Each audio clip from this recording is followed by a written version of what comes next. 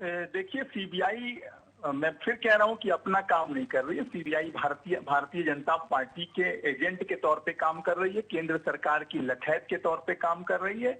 और जो यही आम आदमी पार्टी का तेवर है, इसी से भारतीय जनता पार्टी बौखलाई हुई है।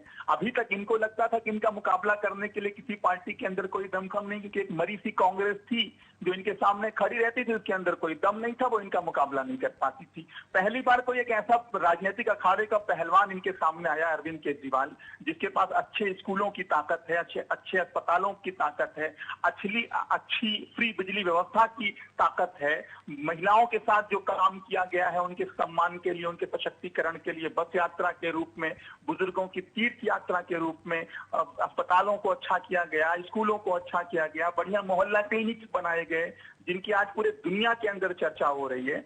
और अभी इनकी भाषा आप देख रहे थे, हमारे मित्र बात कर रहे थे, कितनी शर्मनाक बात कर रहे थे कि पैसा देके खबरें छपवा ली गई न्यूयॉर्क टाइम्स में। अब इस पे मैं क्या टिप्पणी करूं? जनता, सम्मानित जनता है, सब देख रही है, पब्लिक सब जानती है इस तरह की जो भाषा इस्तेमाल की जा रही है, किस स्तर पे ये लोग उतर आते हैं कि सामने वाले को अपमानित करने के लिए। दूसरी बात मैं कह रहा हूं कि सीबीआई को जाना चाहिए था गुजरात। 10,000 करोड़ की अवैध शराब की बिक्री होती है, वहां कारोबार है अवैध शराब का।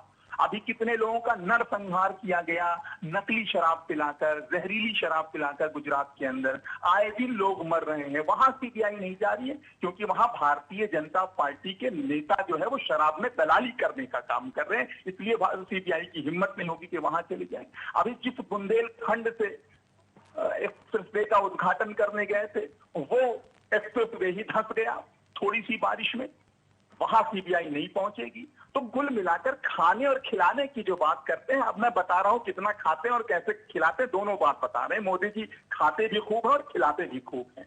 11 लाख करोड़ रुपए इनके बेईमान पूंजीपति मित्रों ने जनता की गाढ़ी कमाई के टैक्स का पैसा खा लिया जो बैंकों में जमा था। बैंक दिवालिया होते जा रहे हैं। कैसे खाते हैं ये देखिए। डीएचएफएल एक कंपनी थी, डीएचएफएल ने बैंकों का 42,000 करोड़ रुपया खा लिया और भारतीय जनता पार्टी को 29 करोड़ रुपए खिला दिए चंदे के रूप में। तो ऐसे मोदी जी खुद खाते भी हैं और खिलाते भी हैं, पहली बात ये समझ लीजिए। 5 लाख करोड़ रुपए का जो कारपोरेट का टैक्स था उसको माफ कर दिया मोदी जी ने। ऐसे खाते हैं और खिलाते हैं।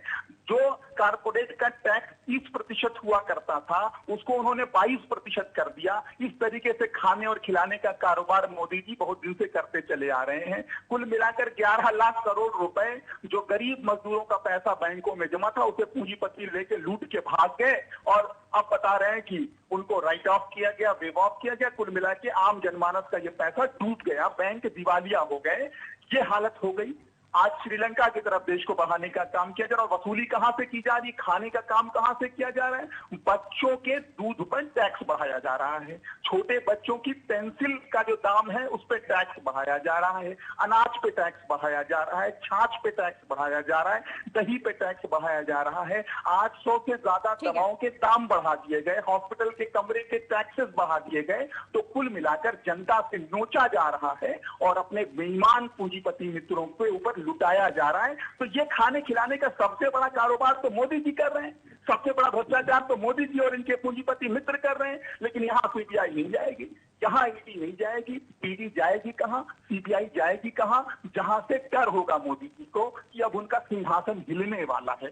2024 में बार बार हम लोग ये बात कह रहे हैं, क्या जनता ये बात कह रही है कि मोदी जी का मुकाबला आगे भी